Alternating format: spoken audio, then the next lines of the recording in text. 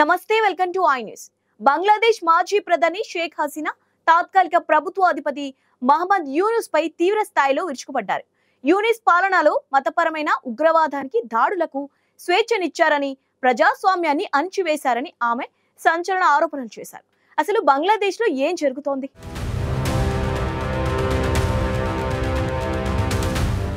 బంగ్లాదేశ్ లో ఆందోళనకరమైన రాజకీయ మరియు సామాజిక పరిస్థితులు నెలకొన్నాయని మాజీ ప్రధాని షేక్ హసీనా ఆరోపించారు. దేశంలో పాలనపై నియంత్రణ కోల్పోయిన మహమ్మద్ యూనుస్ పరిపాలన ఉగ్రవాద సంస్థకు స్వేచ్ఛనిచ్చిందని ఆమె స్పష్టం చేశారు. ద వీక్ పత్రికలో రాసిన ఒక వ్యాసంలో ఆమె ఈ తీవ్ర విమర్శలు చేశారు. హసీనా ప్రకారం యూనుస్ ప్రభుత్వం కింద ఉగ్రవాద సంస్థలైన హిజ్బ్ ఉత్ తహ్రీర్ వంటి శక్తులు దేశంలో అణచివేతను వ్యాప్తి చేస్తున్నాయి. 2016 నాటి భయంకరమైన హోలీ ఆర్టిజన్ కేవ్స్ దాడికి కారణమైన శక్తులే ఇవన్నీ. వాటిని అణిచేయడంలో యూనుస్ విఫలమయ్యారని ఆమె అన్నారు. ముఖ్యంగా మైనార్టీ వర్గాలపై జరుగుతున్న దాడులపై ఆమె ఆవేదన వ్యక్తం చేశారు. యూనుస్ పాలన మొదలైన కొద్ది వారాల్లోనే హిందూ, బౌద్ధ, క్రైస్తవ మరియు గిరిజన వర్గాలపై వేలాది దాడులు జరిగాయి.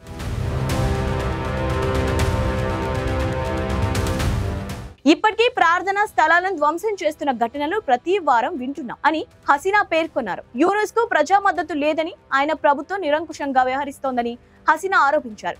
అత్యంత ప్రజాదరణ పొందిన అవామీ లీగ్ ను నిషేధించడం, కోట్లాది మంది ఓటు హక్కును హరించడం ద్వారా ప్రజాస్వామ్యాన్ని అణచివేస్తున్నారని ఆమె మండిపడ్డారు. ఈ చర్యలు కేవలం నియంతృత్వాన్ని చట్టబద్ధ చేయడానికి చేసే రాజకీయ పన్నాగమని విమర్శించారు హసీనా. మరోవైపు హసీనా తన పాలనలో బంగ్లాదేశ్ సాధించిన అద్భుతమైన వృద్ధిని ప్రస్తావించారు. $47 బిలియన్ నుండి $600 బిలియన్ జీడీపీ పెరిగిందని, పేదరికం తగ్గిందని, మహిళలు కార్మిక శక్తిలో పెద్ద ఎత్తున భాగమయ్యారని ఆమె తెలిపారు. ప్రస్తుతం దేశం ఎదుర్కొంటున్న సమస్యలకు సమాధానం సహభాగిత ఎన్నికలే అని ఆమె పేర్కొన్నారు.